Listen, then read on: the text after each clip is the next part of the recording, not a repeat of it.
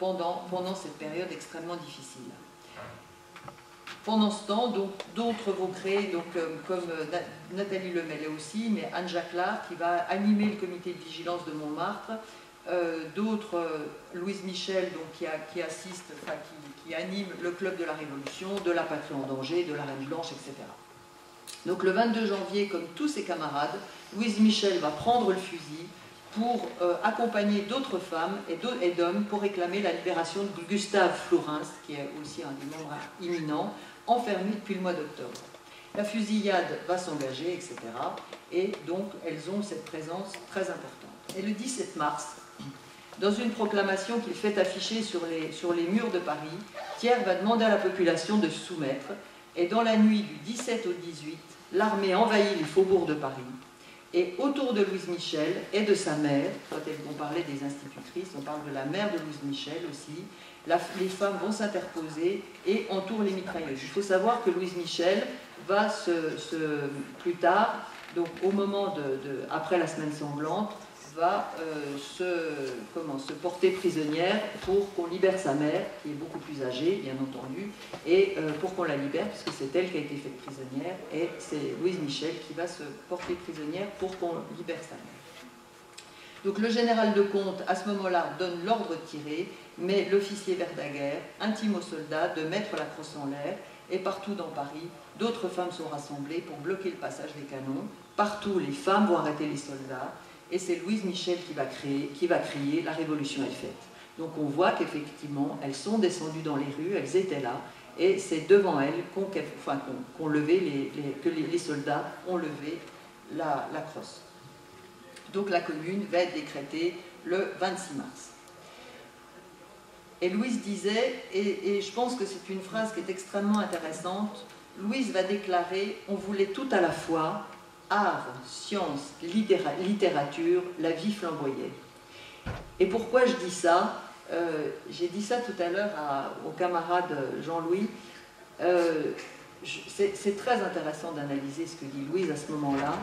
Et je pense que les gens qui aujourd'hui nous dirigent, et même dans tous les partis politiques, on ferait bien de méditer un petit peu la phrase de Louise Michel. Quand elle dit « on voulait tout à la fois », elle ne parle pas uniquement « on voulait de quoi manger, de quoi se loger, de quoi vivre », on voulait des arts, on voulait de la culture. Ça veut dire qu'on ne voulait pas un pouvoir d'achat, on voulait un niveau de vie. Et je crois que ça devrait nous faire encore réfléchir aujourd'hui. Et quand je dis que ces femmes avaient 150 ans d'avance très fréquemment, je crois que je suis même bien loin de la vérité.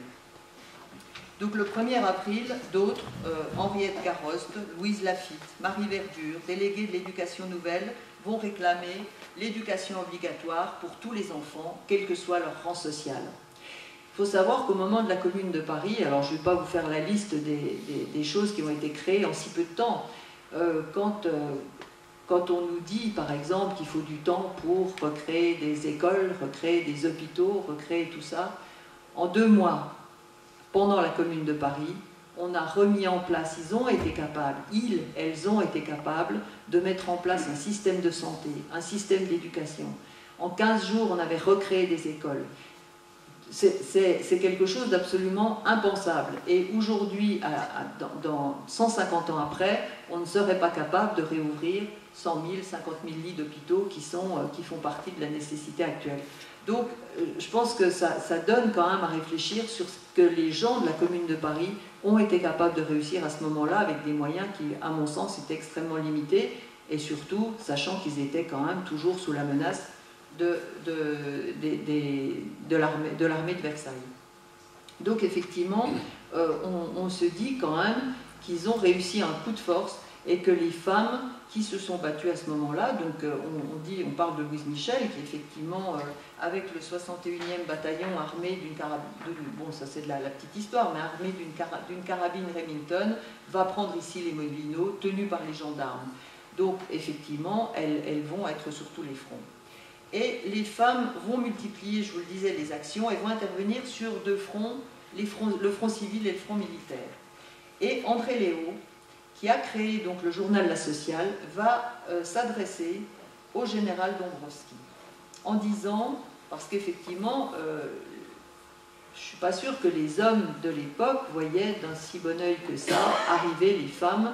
Elles se sont imposées, elles ont vraiment réussi à s'imposer, mais je ne suis pas sûre quand même qu'on les acceptait partout. Et André Léo va écrire à Dombrowski en lui disant « Savez-vous, général Dombrowski, comment s'est faite la révolution du 18 mars? Par les femmes. La révolution était faite. Grâce aux femmes surtout. Qui chassez-vous de vos avant-postes? Les femmes, assez dévouées à la cause de la révolution pour lui sacrifier leur vie. Il faut cependant raisonner un peu. Croit-on pouvoir faire la révolution sans les femmes? Voilà 80 ans que l'on essaie et l'on n'en vient pas à bout. La révolution, il faut bien en prendre son parti, est la liberté et la responsabilité de toute créature humaine, sans limite autre que le droit commun, sans autre privilège, ni de race, ni de sexe. Voilà ce que disait André Léo à Dombrowski. D'autres, comme Sophie Poirier, vont animer les comités de vigilance de Montmartre et grâce aux ateliers vont donner du travail aux femmes. Nathalie Lemel et Elisabeth Dmitrieff. Donc Elisabeth Dmitrieff, qui avait 20 ans à l'époque et qui était étudiante, vont fonder l'Union des femmes. Elles vont lancer l'appel aux citoyennes de Paris, donc journal officiel de la Commune de Paris, qui dit « Paris est bloqué, Paris est bombardé. Citoyennes, où sont-ils nos enfants et nos frères et nos maris? Entendez-vous le canon qui gronde et le tocsin qui sonne, l'appel sacré? Aux armes, la patrie est en danger. Sont-ce des légions organisées, des tyrans de l'Europe qui massacrent nos frères? Non, ces ennemis, ces assassins sont des Français. Ce vertige fratricide qui s'empare de la France, c'est l'acte final de l'éternel antagonisme du droit et de la force, du travail et de l'exploitation, du peuple et de ses bourreaux.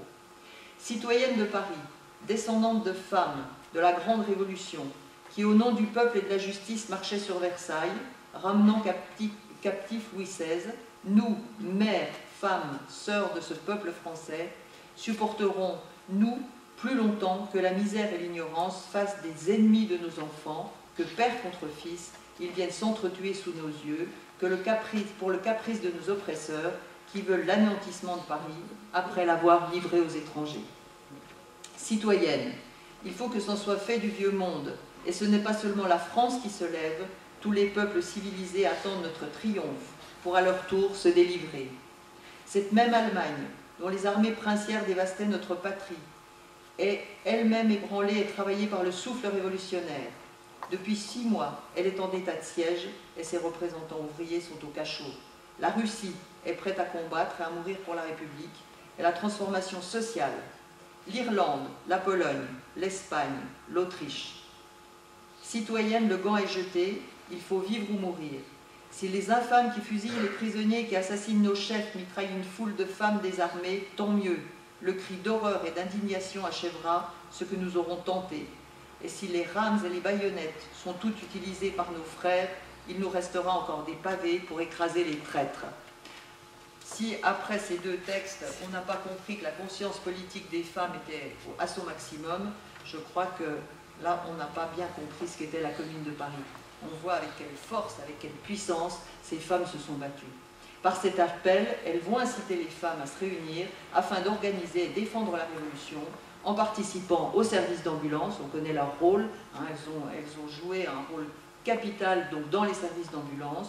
Elles vont former des compagnies prêtes pour la construction et la défense de barricades et en cas de danger, dans la lutte avec les hommes pour la liberté, comme elles le disent, contre le despotisme, le travail contre le capital, l'avenir contre le passé.